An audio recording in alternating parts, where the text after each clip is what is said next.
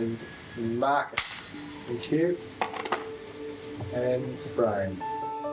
王赓武's mission in life has been to chronicle the global experience of Chinese migrants. It's one he knows well, having arrived in Australia from Malaysia in 1968 to become Professor of Far Eastern History at the Australian National University. Does home have to be a country or a city? Or is home this house or that? We have been fortunate. We seemed always to have been home, he famously recounted. From his time at ANU to becoming president of the Australian Academy of the Humanities and chair of the Australia-China Council, before joining the University of Hong Kong and the National University of Singapore, Professor Wong's roles and groundbreaking research have helped shape concepts of identity and belonging, two such themes that resonate widely with many Chinese Australians. The王赓武Lecture aims to shine a light on their achievements and significant contribution to Australian life.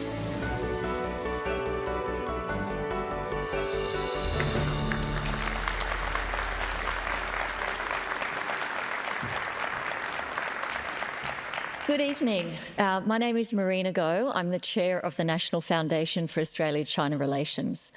I'm delighted to host the 2026 王赓武Lecture. Allow me to acknowledge and pay respect to the continuing culture and contribution of the Ngunnawal and Ngambri people to the life of this city and this region. This always was and always will be Aboriginal land. I acknowledge and welcome the many Aboriginal and Torres Strait Islander people here with us this evening and those watching along at home.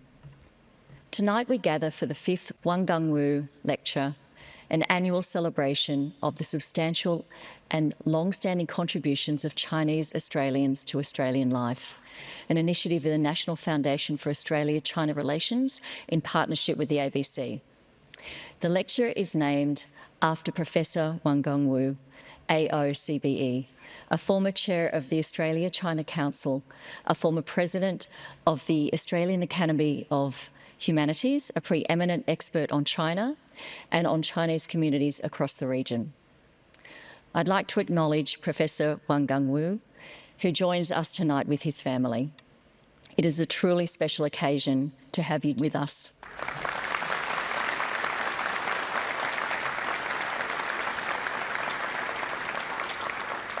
Professor王赓武has written significant volumes on Chinese history and the contributions made by Chinese communities outside China.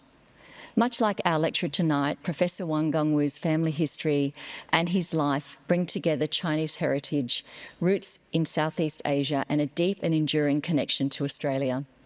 The themes we will explore tonight resonate with Professor王赓武's own writing on identity, belonging, family, and place. Drawing parallels on the experience of living in multiple worlds and in liminal spaces and the power of an open, affirming and positive view of life and learning. I'd now like to invite the Honourable Dr. Anne Alley, Minister for Small Business, Minister for International Development and Minister for Multicultural Affairs to deliver a welcome address.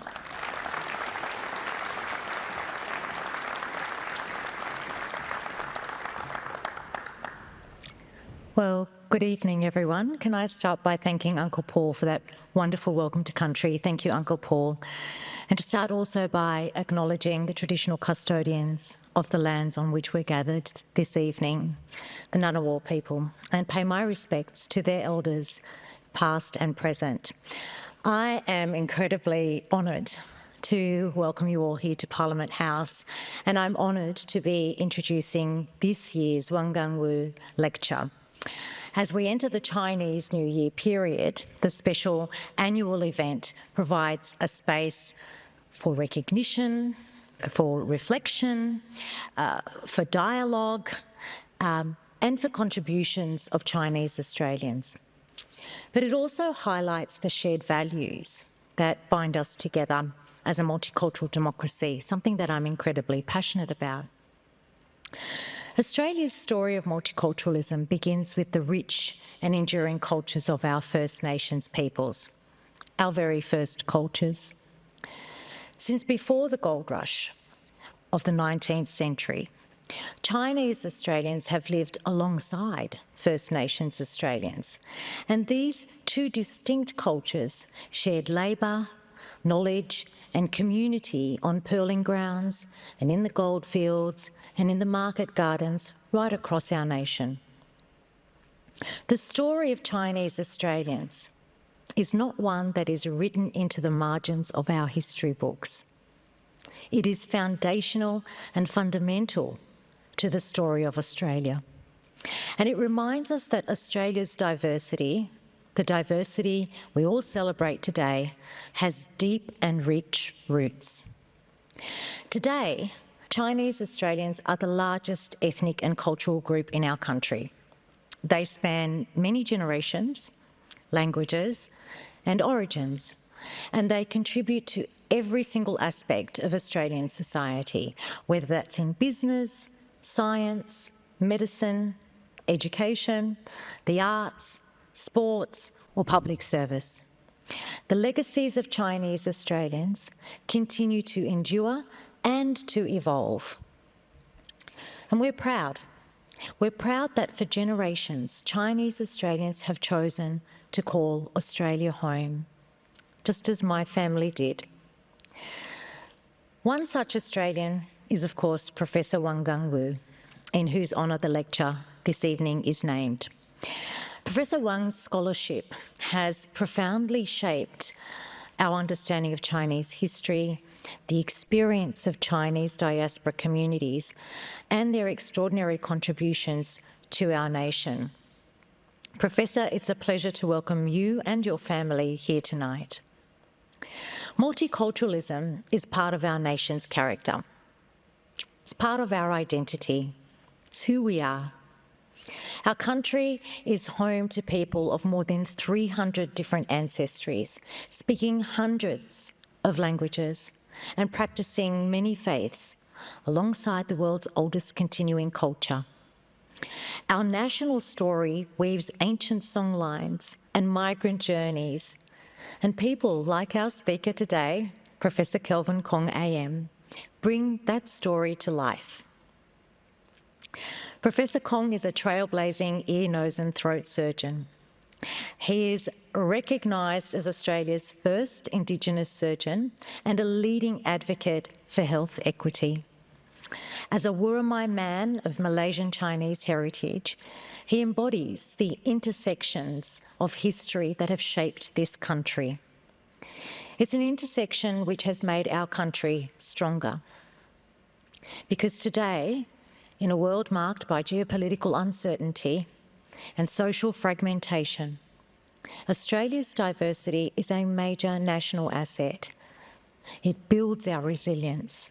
It underpins our economic and social bridges to the rest of the world. A key question, then, is how do we embed multiculturalism into the structures and institutions of our democracy? It's a big question. And as the Minister for Multicultural Affairs, this is something that I take personally because, like many Australians, my own story is shaped by migration and identity and a journey of belonging. I know that multiculturalism isn't just about where we come from. It is also about belonging.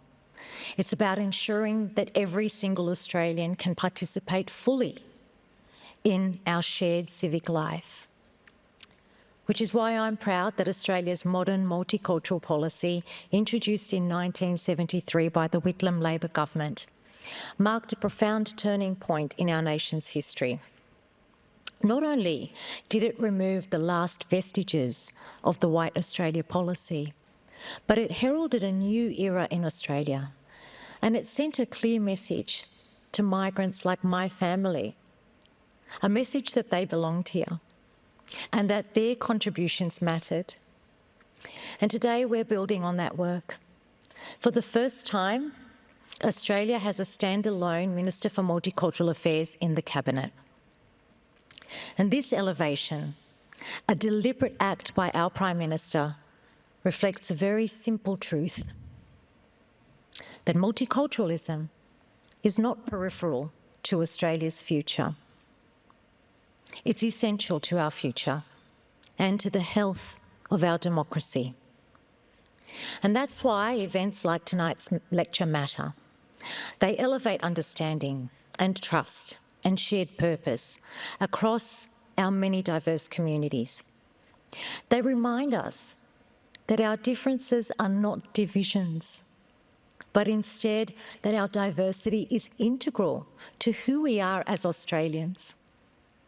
So I'd like to thank the National Foundation for Australia-China Relations for convening this event for yet another year. I thank Professor Kong for sharing his story, his perspective, and his faith in Australia's future. And I thank you all for listening to this lecture, because your engagement is important for this ongoing dialogue. I hope you enjoyed tonight's Wangang Wu lecture. Thank you and good evening.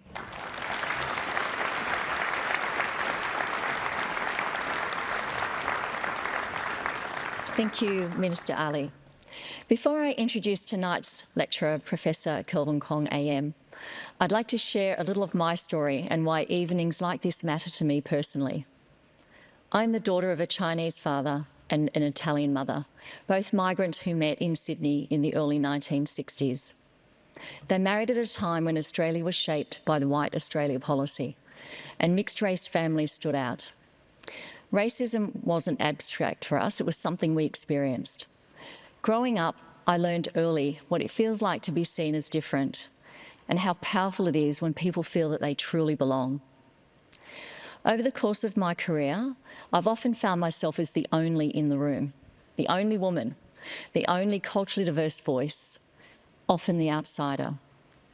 What I learned about along the way is that opportunity isn't just about talent or hard work. It's also about who gets invited in, who feels comfortable, and who is quietly overlooked. One experience that has stayed with me involved a leadership team that proudly described itself as diverse. But when I spoke with the leaders in the team from an Asian background, I heard a very different story of being excluded, overlooked, and having cultural differences, misread as a lack of ambition. It was a powerful lesson that inclusion isn't measured by intention, but by how it is actually experienced. These experiences help shape why representation in leadership matters so deeply to me. When I first became the editor of Dolly magazine with an Asian background, I was the first editor with an Asian background, I put diverse faces on covers, broadening how beauty was portrayed, a risky move at the time. It would have been far easier to follow familiar formulas, but leadership sometimes means being prepared to go first. As chair of the National Foundation for Australia-China Relations, I see my responsibility very clearly.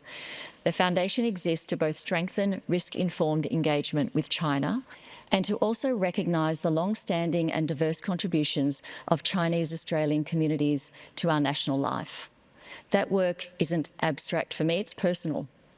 It's about visibility, voice, and creating pathways so that future generations don't feel like they have to work twice as hard just to be considered equal.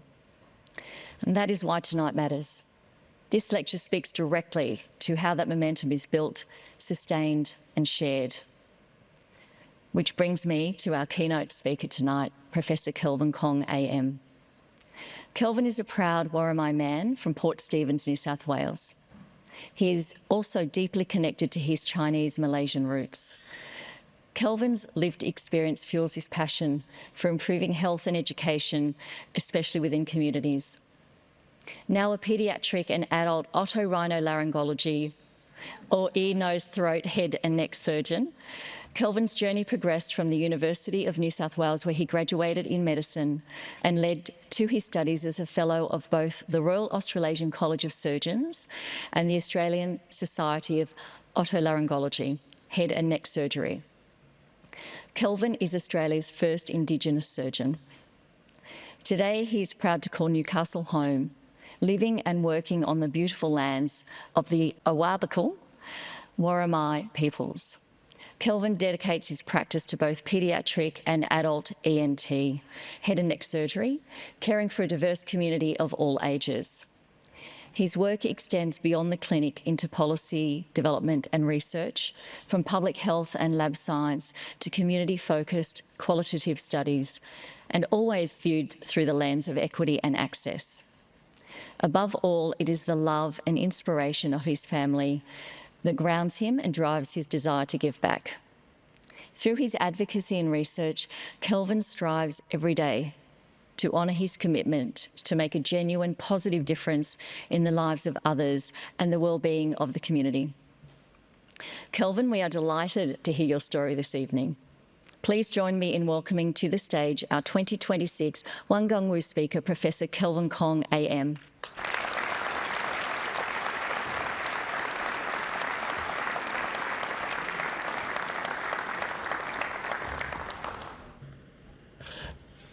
I don't want to ruin it after that introduction.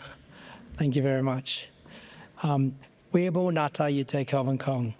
Nate Mayudaba Waramagaba Badagaba. Niram Maran Nanawada Badaga. Daramba Danago Nuru Naru. Darambara Naranga. Ninanawa Badai Wambu Wayambu. Marambu Nanawalga. Yakoma Nuria Marumbu and Marumbu to Isaac Niddle.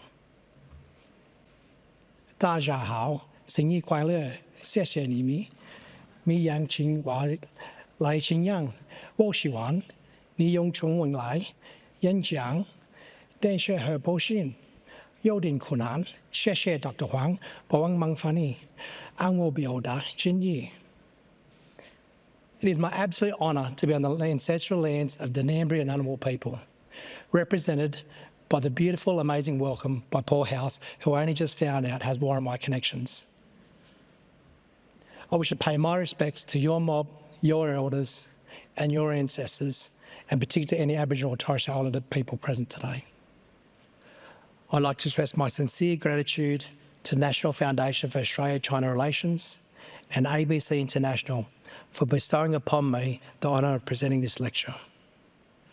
I accept this task with humility and a deep sense of responsibility, and I will endeavour to honour the extraordinary legacy of Professor Wangang Wu, a legacy that continues to shape the dialogue between our two nations. Tonight, I invite you to walk in my shoes, because in many ways, I am you. I'll be honest and I'll be vulnerable. I'll share parts of my story that aren't easy to say out loud. I'll speak about my passions, my family, my work, and the beautiful ear. I'm a self-professed nerd, and I hope my love of the ear helps you understand a little bit better about what I'm talking about tonight. Because this is a story about who we are and where we're going. My name is Kelvin Kong, and I'm just so proud of my Warramai heritage. But equally, I'm just so proud of my Chinese heritage, being born in Taiping, Malaysia. I stand here before you because of many people. It really does humble me to be amongst such a distinguished audience tonight. And to be quite honest, I feel like a little bit of an imposter being the one presenting when there's so many very qualified people in this room. Both my cultures love storytelling, and I hope that my story can honour that tonight. I am deeply fortunate to practice as an ear, nose and throat surgeon.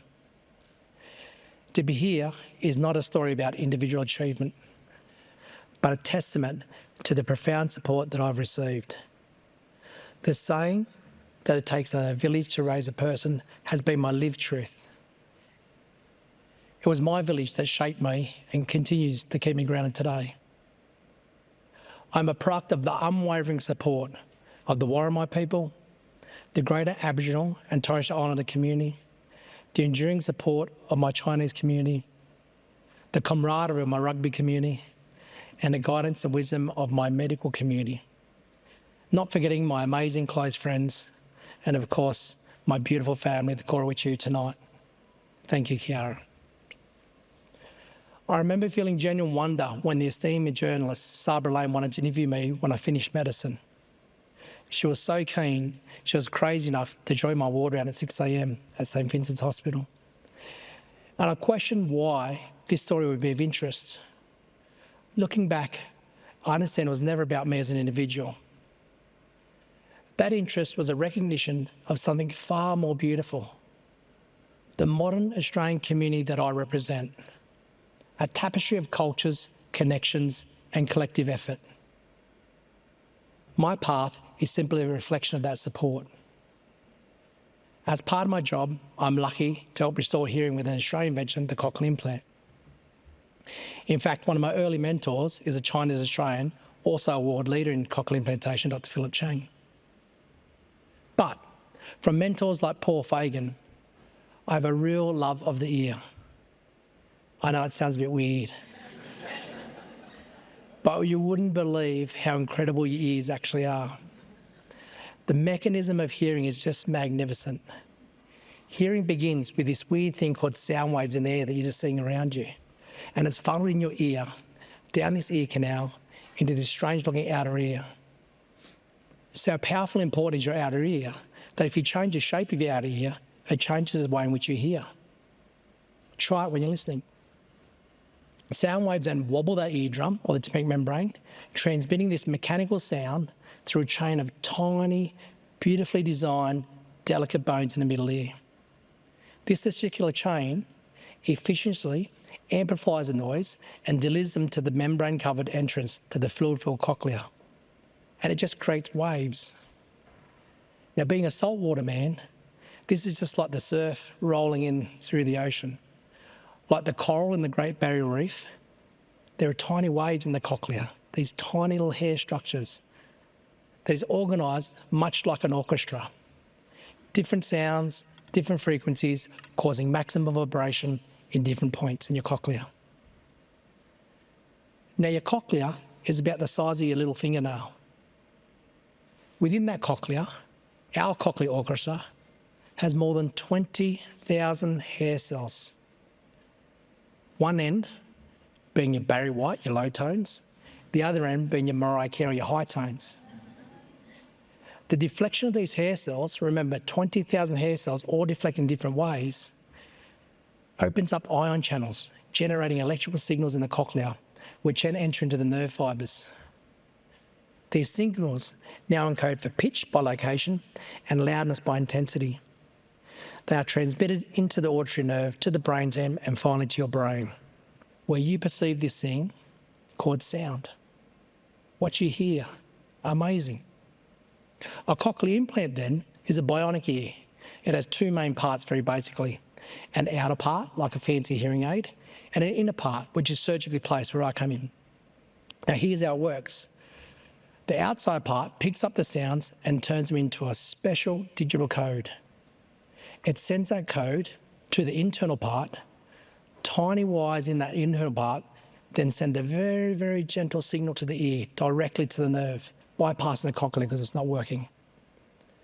The brain somehow manages to figure out this message that's being sent, and so people who can't hear can suddenly understand speech and hear the world around them. Just beautiful, magnificent we can do this. But you're not convinced. So how can I explain to you my passion for the ear? When you do a hearing test, many of you in the room may have done a hearing test before, it's about listening to clicks and responding it when you can hear. So they present a sound to you. It might be a different intensity, a different pitch. And when you hear it, you press a button so you can map out what you can hear and what you can't hear. But if you hear this, suddenly gives a different meaning to that sound. It's not a click. It elicits a physiological response that your brain says, this is the sound we're presenting to you, and this is how I think you should have it or respond to it. Whether you like it or don't like it depends on you. But if I told you that drill was going through someone's skull, suddenly it'd change and make you cringe because you realise the context of that sound is very different. So hearing is very different to listening. Something all my grandparents told me well before I was an ear surgeon. Hearing is just so important, especially in the developmental years. Hence, the most important part of hearing is when I say hearing is a developmental emergency, and it's so important to be able to hear so you can learn. What I said is that hearing is a developmental emergency. So now you can understand if you can't hear, you can't learn. hearing is so important, just by such a simple example. But you haven't been convinced by that beautiful part yet. I want to open your minds to the beauty of sound by listening to this.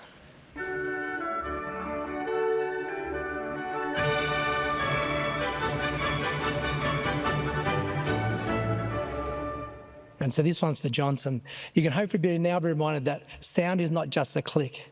It's this whole physiological, beautiful experience on how your body creates the sound you listen to. How you respond to this depends on your lived experience, depends on your lived knowledge. And equally, your taste in music is very different to mine. And sadly, if I played a song for my mum's funeral right now, I probably wouldn't be able to continue. I'd cry because it elicits such a powerful response. But so powerful is sound, we use it to make you shop and spend money. Songs are not just randomly playing in the shops that you visit. They are very, very carefully curated to get you in a good mood, to help you spend money. Now, I'm forever being asked to do things, juggling many different times, often simultaneously. So I'm going to give away one of my best secrets, and I apologise, Kiara. But when I need to go away or do extra work, I sometimes come home first and put on Kiara's favourite playlist. Get a wine, let her relax, before I even broach a conversation about what I'm going to be doing next, hoping I'll get a satisfactory answer. So what does that have to do with culture? Everything. It's a vital difference between hearing a story and truly listening, between looking at a culture from the outside and actually truly appreciating it from within. Our cultures and our lives are not flat linear tales. They are vibrant, multidimensional, and full of a depth and beauty that simplistic labels cannot label properly. This is a journey of an invitation to move past just hearing, but actually move to active listening, to move past and actually see what's going on inside. It's about opening our minds with curiosity, with humility, and in doing so, allowing the true, radiant beauty of another story to finally come into focus. When someone claims to understand Chinese Australians, or presumes to know the experience of Aboriginal people, they're often speaking from a place of distance and not true comprehension.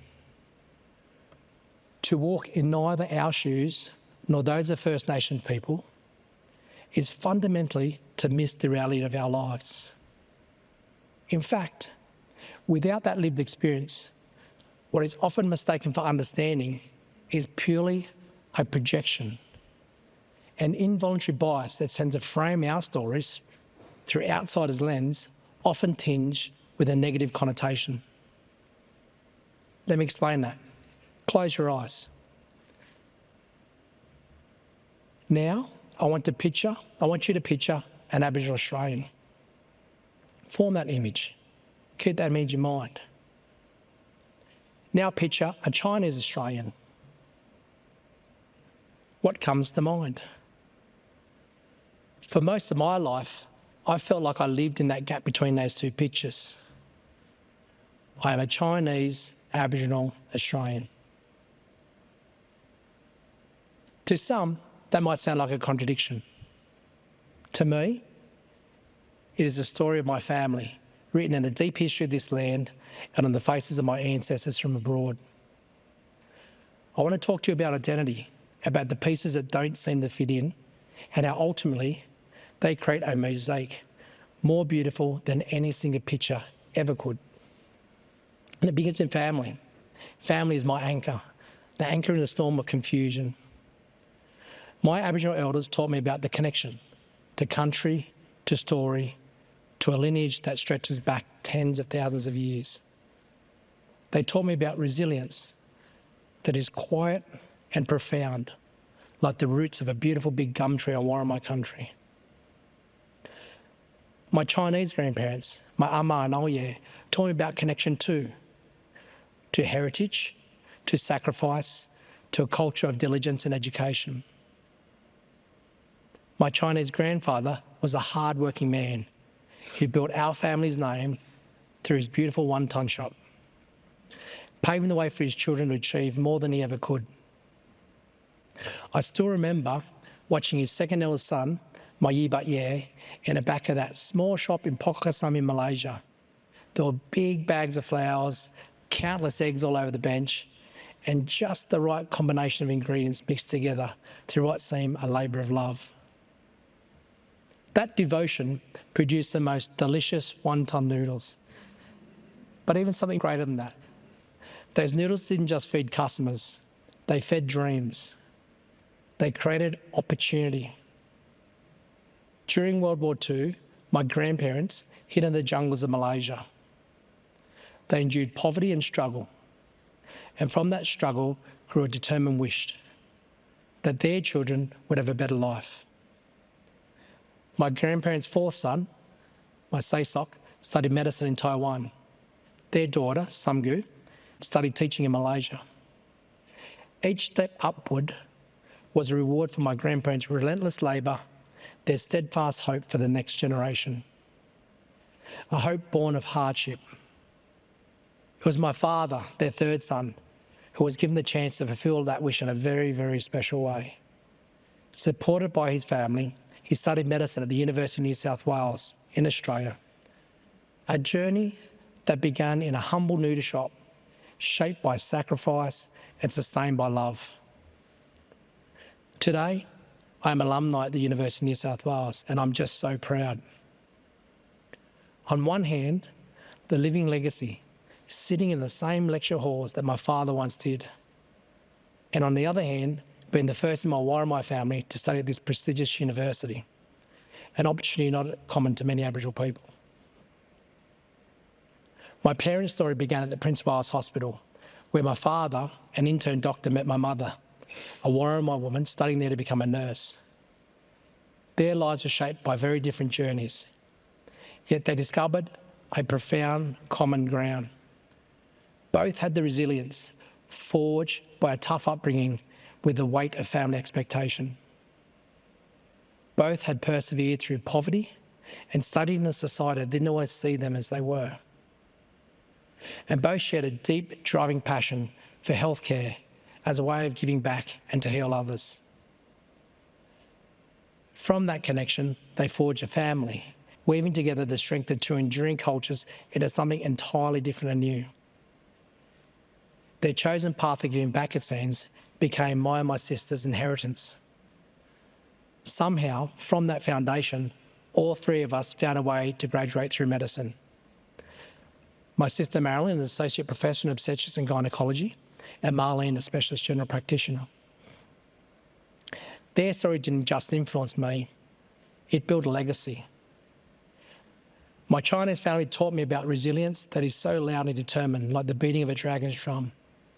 It was at university I met so many amazing Chinese friends that I hold dearly to my heart today. For once, I was not teased about being Chinese. And if anything, my Warramai culture was so strong that my Chinese heritage again was questioned. But funnily enough, it wasn't by my Chinese friends. I was lucky enough to study with many Chinese Australians and many cultures from abroad. Being mentored by many amazing Chinese Australian doctors, I was similarly in a position to be able to mentor many young Chinese Australian doctors as well, who are now world-class in their fields of surgery, and they mean the world to me. I'm proud to call them close friends. A few were kind enough to travel here tonight: Dr. Johnson Huang, Dr. Hubert Lowe, and Dr. Albert Chu, who I studied with. In fact, for the first time in the illustrious history of the Royal Australasian College of Surgeons, we have our first Asian president in Professor Owen, represented tonight by another world-class, amazing, overachieving, inspiration to us all, who just happens to have Asian heritage as well, Dr. Christine Lai. What an inspiration you are, Christine. For many Australians, your parents and your siblings are your family. But because of this, my idea of family was never defined by blood alone. It was a tapestry woven from my Chinese community and my Aboriginal community. Aunties, uncles, elders, friends from both worlds. That's why family to me is absolutely massive and so important. Family was my first lesson in holding complexity. It was my fortress against a world that likes simple labels. But outside that fortress came the struggle to fit in. Growing up, I was often too Chinese for some and not Aboriginal for others. In the schoolyard, my features were a puzzle. The questions were constant and not always kind. What are you? I was a checklist of stereotypes that I could never fully satisfy. I navigated the subtle racism of low expectations in one context and the awkward misplaced compliments in another. I felt like a perpetual visitor on my own country and a stranger to my own ancestral homeland. I spent years trying to shrink parts of myself, silencing one voice to let the other speak. It was exhausting and it was very lonely. Growing up Chinese in Australia often meant navigating a delicate, often painful space between two worlds. From the schoolyard where eye taunts, skin colour taunts, dumb taunts, smart taunts, questions about weird lunches, all of which could erode a child's sense of belonging. Talking to both Chinese and Aboriginal friends, it was almost an expected pageant of growing up for us. Even today, we experience the more subtle, insidious forms of exclusion in adulthood. The assumption that you're a perpetual foreigner, the backhanded compliments about your excellent English, the feeling of being visibly other in a country that you call home, but also not understanding the amazing contribution that we make to Australian society. A Chinese surgical friend was walking home from work one day and unfortunately was hurled racial abuse from a window from a passing car, just in jest, of course, in the spirit of racial taunts of who belongs in this country. The slur was absorbed and almost forgotten. But how I wish I could pull that car up and explain in that car that that person they just racially taunted had just finished a long shift of operating on both elective and trauma cases, finishing a 14-hour day. And he didn't have the luxury of a car to drive home in. They may have been operating on their family. The trauma that they were just dealt with may have been one of their friends that they were about to visit the hospital. No thanks, no recognition, just those microaggressions to make sure they put us in our place.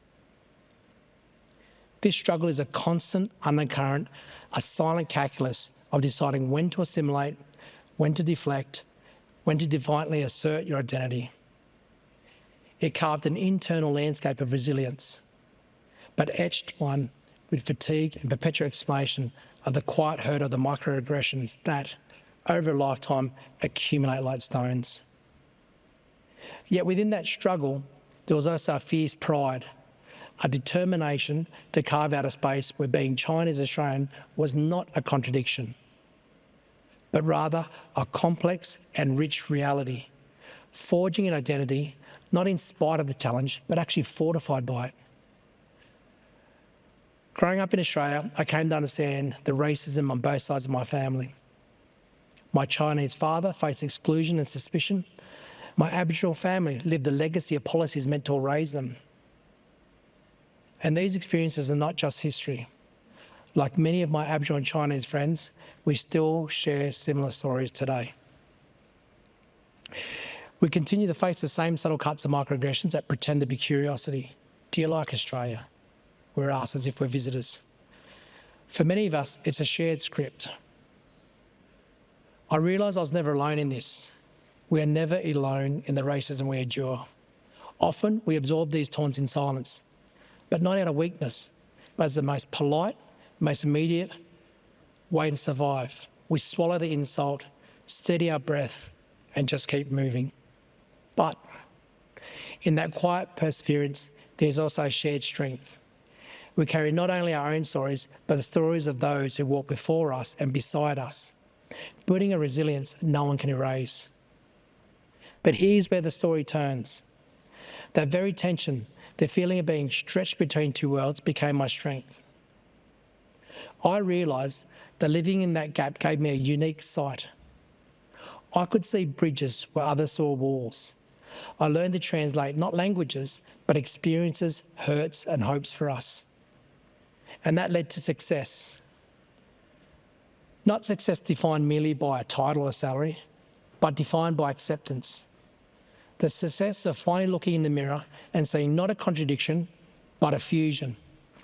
I became a person who could work with relentless focus for the collective good. My success was the moment I stopped asking, which side am I on? And I started declaring, I am you, I am equally successful. None of this happens in a vacuum. It happens with friendship, allyship. I think of the school friend, instead of asking, what are you? Ask, will you tell me about your family? I think of the Chinese auntie who tried to learn about NAIDOC Week, and my funny Aboriginal uncle who wanted to learn about the Lunar New Year and the red packets. I didn't have the heart to tell him that he has to give them, not receive them. But allyship isn't about grand gestures. It's the quiet, consistent act of saying, your story belongs here in Australia. It's standing beside, not speaking for us. It's my non-Indigenous friend calling out a racist joke. It's my non-Chinese friend correcting that stereotype that was misplaced. These are the acts that build the bridge that I walk on. And when you're given a bridge, your purpose becomes very clear, helping others cross it. My life's work became using this true perspective to help others who feel fragmented.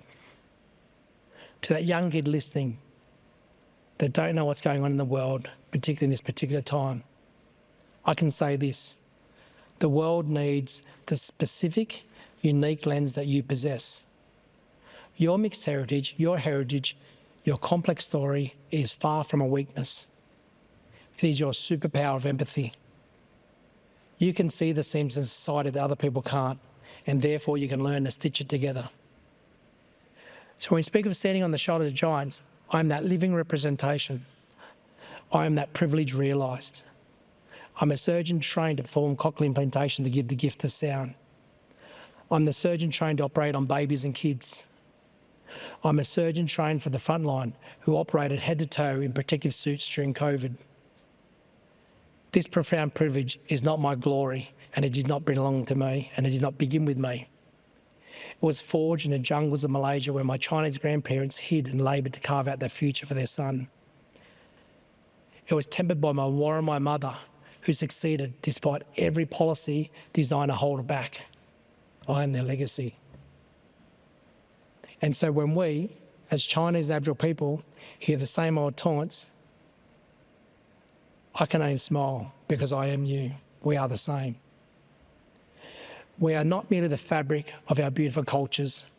We are that unbreakable thread. We are that strength personified, and we are not just surviving. We are thriving, carrying our ancestors forward on these giant shoulders that they built. This journey hasn't been without its wounds. Surgery leaves its wounds. Racism leaves scars, both visible and invisible. We must be willing to cut out the cancerous belief that some stories are more valuable than others. We must operate on our own biases, our own inherited prejudice that we have. It's going to be painful doing that. It requires anaesthesia in a form of huge humility and a sharp scalpel of honest conversation. Australia's story is beautifully woven from many, many different threads. The wisdom, the resilience, and the enduring connection to country by Aboriginal and Torres Strait Islander peoples form the foundation of the fabric of this land. Our contributions must be acknowledged and they must be celebrated. But woven deeply into this are the vibrant threads of the Chinese heritage through historic links, enduring curiosity, and similarly, an immense contributions to our shared community. Together, these and countless other cultures create the strong, colourful tapestry that is modern Australia. We must actively nurture understanding and connection so that we can grow stronger. I was invited by the Department of Foreign Affairs and Trade to celebrate NAIDOC in China. And from the very beginning, I realised that this was more than a personal visit. It was about representation and about representing real Australia. DFAT were such warm and thoughtful hosts, too many wonderful people to name individually. And they filled my days with meaningful connections Each city I visited holds its own story, many of which I can't say tonight, but full of rich experiences and new amazing friendships. We are truly lucky to have such extraordinary representatives around the world. And if the team who looked after me is an example, then our bonds abroad are in the very, very best hands. The ambassador to the People's Republic of China, Scott Dua, demonstrated generous leadership to me. I felt an immediate sense of belonging, not only to Australia, but a deeper tie to China, my father's birthplace. It was a trip that touched my heart, and I hope in some very, very small way, I helped leave a positive impression for Australia. Building these bridges with care, respect and mutual warmth is something that lifts all of us. So what does it mean for our bright future? I started this lecture with language. I make no apologies about how poor my language is to the broader community, but I do apologise to my elders, it wasn't that good. I lost my language, and although able to speak when a child, I lost it because society said to me, you must suppress that identity if you want to be successful in this country. Yet somehow, my sister and I managed to graduate from medicine. I want my children to be happy and successful. But that includes knowing their language, their culture, and being part of Australia. As my daughter, Ellery, says, I am Chinese and I'm Aboriginal in my blood and in my heart. Not 50% this, not 10% that, but wholeheartedly. Our bright future is not a bland, single-colour assimilation. It is a vibrant, interconnected ecosystem. It looks like my Aboriginal cousin and my Chinese cousin working together, not as other, but as family. It looks like a national story that proudly and unflinchingly holds the ancient songlines and the migrant journeys into the same hands and says, this is us. I am you and I am Australian. The future is here, and it looks like my children. For Lewis, Ellery and Billy, and for my friends' kids, their upbringing holds a very uplifting difference. They are not told to shrink away from their heritage, but rather embrace it. This is a future where a child like me will never have to answer that bleak question, what are you? Or be told, go back to where you came from. Instead, they'll be filled with joyful curiosity. What wonderful stories do you carry? Tell us more about your culture. And knowing my kids, they can talk. They will hopefully be able to say, I carry the stories from the first sunrise on Warramai country and those who navigated by the southern stars. I carried the resilience of the people who never ceded and the hope of those who built new homes here. And these stories don't fight within me, they dance together. That bright future is built daily. It is built when we choose curiosity over assumption. It is built when we honour our families by extending that concept of kinship beyond blood. It is built when we are allies in those quiet moments. It is built when we help others heal and have the courage to undergo our own surgery. I stand here before you not as a fragment, but as a complete human, a living testament to the fact that what makes us different can be the very thing that unites us. My ancestors, from the red heart of this land and from the bustling ports of cities in China, they survived, they struggled, and they loved. Why? So I can stand here today and tell you that our future is not just bright. It is magnificently diverse. It is deeply connected country. It is waiting for all of us to build this together. Thank you, Professor Wang, and thank you, Australia.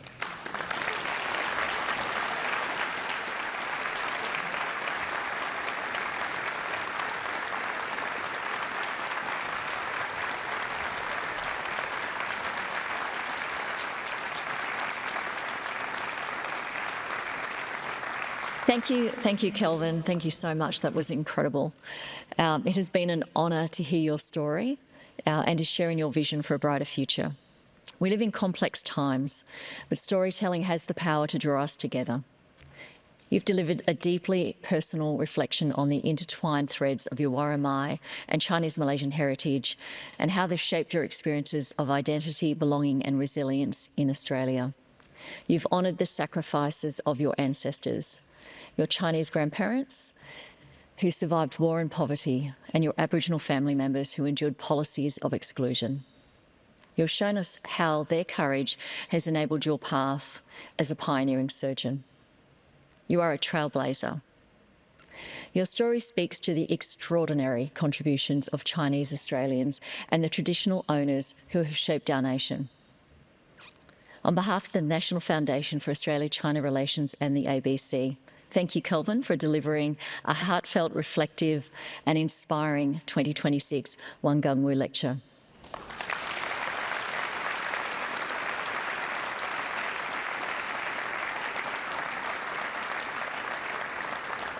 I would now like to invite Gabrielle Ng, Member for Menzies, to deliver a vote of thanks.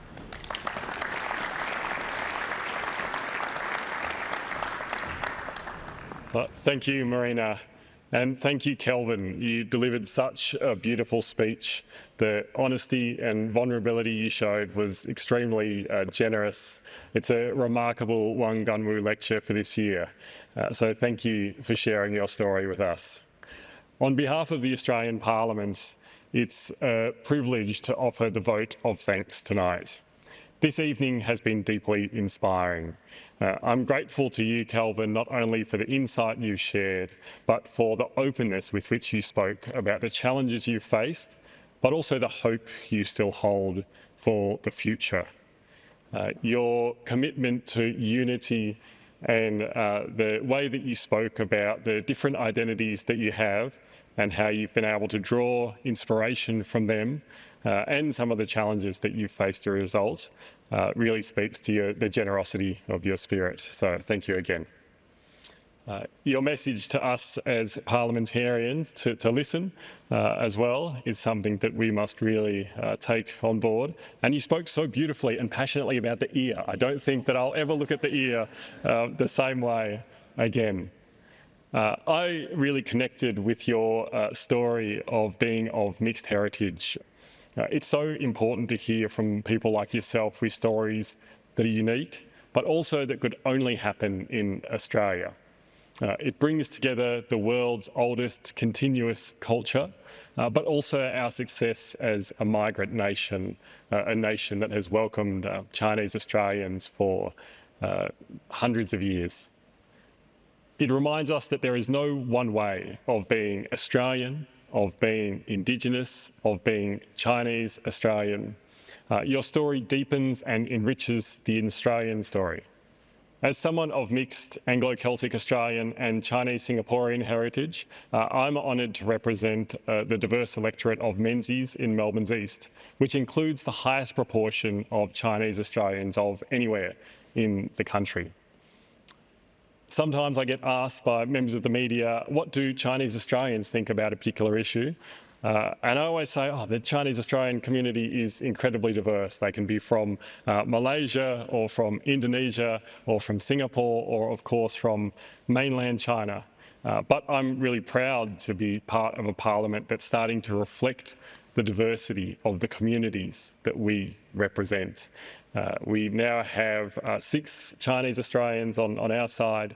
There's, of course, myself and Julianne Campbell and Zee Soon, Sally Situ, Sam Lim, and, of course, the incredible Penny Wong, who's been an inspiration for many of us. And this is not diversity for diversity's sake. It means that young Australians, young Chinese Australians of all backgrounds can look at federal parliament and think, that is somewhere I can aspire to be. It means that we can better govern as parliamentarians for all Australians, as well as draw on a larger pool of knowledge and skills, and better engage with the region and the world. I'd also like to thank Minister Ali for welcoming us this evening. You have long been a champion of multiculturalism and better representation, and you bring incredible passion and expertise to Parliament and your portfolios. I'd like to acknowledge Marina Go for her excellent hosting. Professor Wangang Wu, it's been an honour to meet with you and share this evening with you.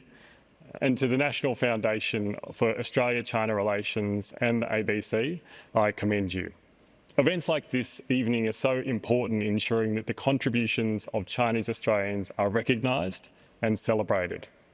Finally, thank you to everyone here tonight.